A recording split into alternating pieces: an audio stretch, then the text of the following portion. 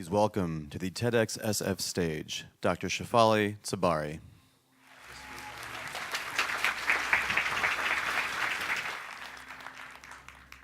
As a clinical psychologist, it is my privilege to help people explore their inner worlds, their psychological terrain. Hour after hour, I hear thoughts, emotions, feelings. This is my data. This data helps me to better understand what is it that emotionally paralyzes us. How is it that we may thrive at this thing called life?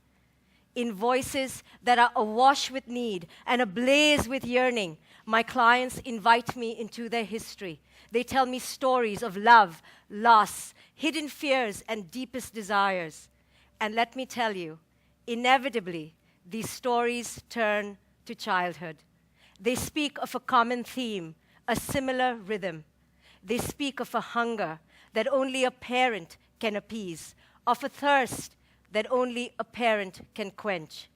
The other day, this tall, strapping man in his mid-40s, he came to explore his particularly difficult relationship with his father.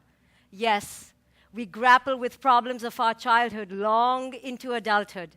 And he said to me, in a voice that turned plaintive, that of an 8-year-old, he said, "Will I ever meet my father's expectations? Will he ever accept the man I've become today? Or will I always be a no-good loser?" He was seeking, searching, yearning for an approval that may never come. And what about the woman in her 30s, so beautiful, talented, successful? She screamed, "What is wrong with me? Why am I this messed up?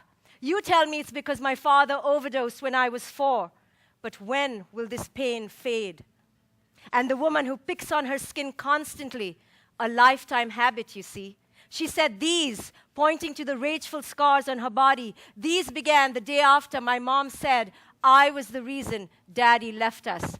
"Help me," each one of them silently shouts at me. "Who am I? Am I whole? Am I worthy? Do I matter?" Life's essential questions. But no matter what I say to them, my words do not seep in because they've internalized another voice, you see, that of their parents, an early voice. Now try erasing that first blueprint. It runs wild, rampant, chaotic, unpredictable. It comes to be the way we define ourselves. It becomes the air we breathe. Parents, few hold a greater power or more immense a responsibility. And this is why I'm here today, to propose that we occupy the role of parenthood in an entirely different way, with a renewed curiosity, a heightened awareness, a transformed commitment. Because nothing like parenthood that needs to be at the forefront of our global consciousness. It is the core, the linchpin that affects how our children will thrive. Everything, how they take care of themselves, each other, the earth, show compassion, tolerate differences, handle their emotions, create, invent, innovate. This is where global transformation begins. We cannot expect our children to embody an enlightened consciousness if we parents haven't dared to model this ourselves. It all starts with us and how we parent. Our children are facing challenges today that we couldn't have dreamed of, and evidence suggests that they are buckling under the pressure. 1 in 5 children in America show signs or symptoms of a psychological disorder. Now that is a hair-raising statistic. 2 years ago, there were over 662,000 children in America that were in foster care. The use of ADHD drugs is on an exponential high, 274% global increase. UNICEF did a study a few years ago and found that American children ranked the second unhappiest. There was a study done in the UK of 30,000 children, and it was reported that 1 in 10 over the age of 8 reported being unhappy on a consistent basis. Something is amiss. We need to sit up, pay attention, and raise our children differently. Now, of course, parental influence isn't the only factor at play. There are confusing and colliding and chaotic influences in our children's life that shape them indeterminably. We aren't the only ones, of course. There's neurobiology, there's temperament, there's social pressures, there's poverty. We could blame psychiatry, education, big pharma, and the government, and chances are we may be right. But our influence in these spheres is relatively limited. But let me tell you where we hold indubitable power. That is in the relationship we nurture with our children and us, moment after moment after moment. Nothing glamorous here. Early in the morning as they brush their teeth, as we take off their backpack, as we soothe away their tears, brush away their fears, put them to sleep at night. This is where each one of us holds transformative power. There is no excuse. Now, this isn't just some clinical psychologist here speaking of her convictions. There is real science behind this to show how the parental relationship impacts not only our emotionality and our psychology, but also our neurobiology. Here, take a look at this.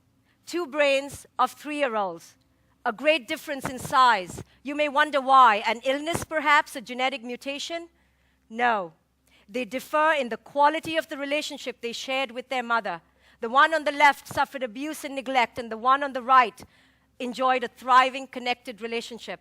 Chances are the one on the left will grow into an adult at greater risk for drugs, crime, a lower IQ, and most tragically, a diminished capacity for empathy and relatedness. Now, the mother of the child on the left certainly wasn't evil. She was probably a mother who loved her child. You know, we don't hurt our children because we're evil or ill-intentioned, certainly not out of a lack of love. We hurt our children for one reason only. It's because we are hurting ourselves, and we barely know it. It's because we are unconscious, because we have inherited legacies of emotional baggage from our own parents. We're sitting on emotional baggage that lies dormant, unconscious, waiting to be triggered at a moment's notice. And who better to trigger us than our children? They just know the buttons to push. Through our children, we get theater seats, orchestra seats to the theatrics of our emotional immaturity. You know, when we lose our temper with our children and believe that they're devils and monsters, chances are it isn't because they're that, but because they've triggered an old wound within us. They've made us feel feelings that we don't care to feel. They've made us feel powerless and out of control, helpless. And in order to regain a sense of supremacy, we lash out at them in reactivity. You know, when we pick on our children nonstop, we nitpick at them. Why aren't you like this? Why don't you do that? Why couldn't you be more like her? Chances are it's not because they are inadequate, but because we come from a place of inner lack, and we ourselves live under the tyranny of a severe inner critic. You know, when our children are disrespectful to us and cross our boundaries, and we fret and fume and commiserate with our friends about our evil children, chances are it's not because they're wild and chaotic, but because we ourselves have a problem with our leadership, with consistency, with order, with handling conflict, with saying no. You know, our children come to us whole, complete, and worthy. They're happy with 2 sticks, a stone, and a feather. But because we have been conditioned so deeply in an unconscious manner, so severed from our own sense of presence, wholeness, attunement, and sense of self and abundance, that we project a sense of lack onto them, and we teach them, do not depend on your sense of self for worth and value, but look outward. Look to the Ferrari, the corporate corner office, to the casino, to the pill, to the bottle, to the needle, to spouse number 1, 2, and 3, to where you live, to where you graduate from. Because we are severed from a sense of being, we are consumed by doing. This is how we know self-value. We teach our children, you can't simply play, you must achieve. You can't have a hobby, you must excel at it. You cannot dream, you must dream big. And why really dream if you can't succeed? It is time for us to change the spotlight, to turn it inward, and change it from being the child who needs to be fixed, the child as the one with the problem, and parental evolution as the solution. The extent to which we as parents know ourselves is the extent to which our children will.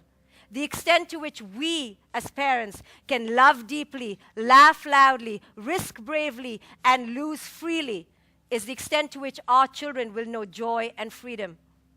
The extent to which we can run out into the rain without fear of getting wet is the extent to which our children will lead lives of courage. The time to awaken is now. The parenting paradigm needs to shift. No more the parent as the greater than, but now we need to look at our children as equal, if not greater, transforming agents. Our children are our awakeners. They are our teachers. It is time for us parents to answer the call, to pause, to reflect more, to connect to our own abundance, to trust our children, to understand their brilliance, to follow their lead, to self-love, to create purpose, to enter worth, to be in gratitude. For this is how our children will absorb wholeness and abundance, fullness and spirit. And from this place, they can fly free. It is time for us parents to answer our call to our own awakening. The moment is now, and our children await.